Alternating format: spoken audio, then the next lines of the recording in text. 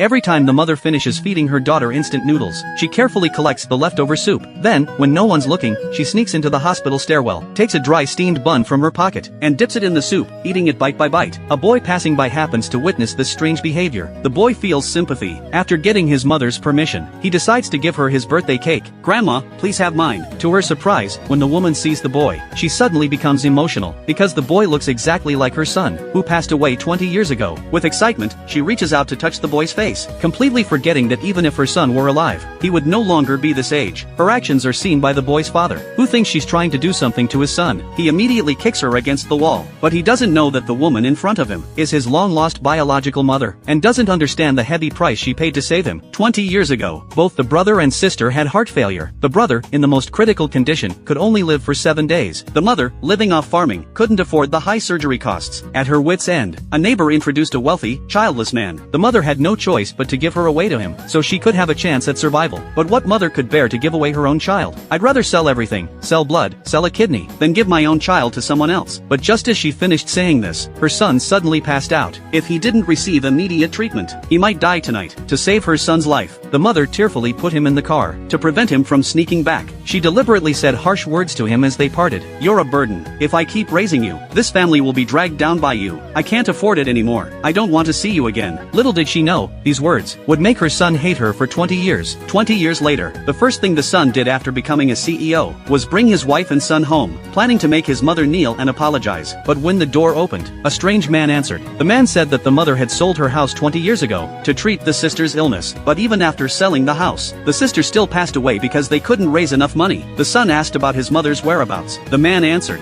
"She should be dead. Otherwise, she wouldn't have been gone for over 10 years. You should leave." Hearing that his mother and sister were dead, his artificial heart started to shake violently. 20 years of love and hatred collapsed in an instant. But he didn't know, mother and sister were still alive. For these years, the mother had worked 5 jobs alone, taking the hardest, dirtiest jobs, just to save money for her daughter's treatment. She even lied about her age, to do dangerous high-altitude work. But during an accident, she nearly died. And, to his surprise, the company was part of his business. He rushed to save her, but after 20 years, neither recognized the other. The CEO only felt the woman seemed familiar, because the villagers had said his mother was dead. He didn't think much of it. The mother, trying to keep her job, knelt down. When she did, the CEO suddenly thought of his own mother. Out of sympathy, he had his wife give the mother 2,000 yuan. But this amount was far too little for the surgery cost. The mother begged desperately to do more work, but the assistant thought she was greedy. So without hesitation, he kicked her out of the company. Unable to gather enough for the surgery, mother and daughter could only receive treatment in the free hallway. Their meals were only instant noodles. Seeing her mother starving all day, the daughter lied, saying she had a boxed lunch at work. She saw through her mother's lie. Not wanting to burden her mother, she decided to give up treatment. But what mother could bear to watch her child die? "I'll sell my blood and kidneys to treat your illness." This scene was witnessed by the CEO, who was at the hospital for a checkup. Only then did he realize that the woman had been telling the truth all along. So he had his wife call the hospital director to arrange a room and reduce some treatment costs. Once the daughter was admitted, the mother finally picked up her daughter's leftover noodles and ate it with the steamed bun, dipping it in the soup. To her surprise, this was when the CEO's son saw her. The boy, feeling heartbroken, couldn't bear to see it. Before leaving, he left the cake for her, but when he happily returned with the cake,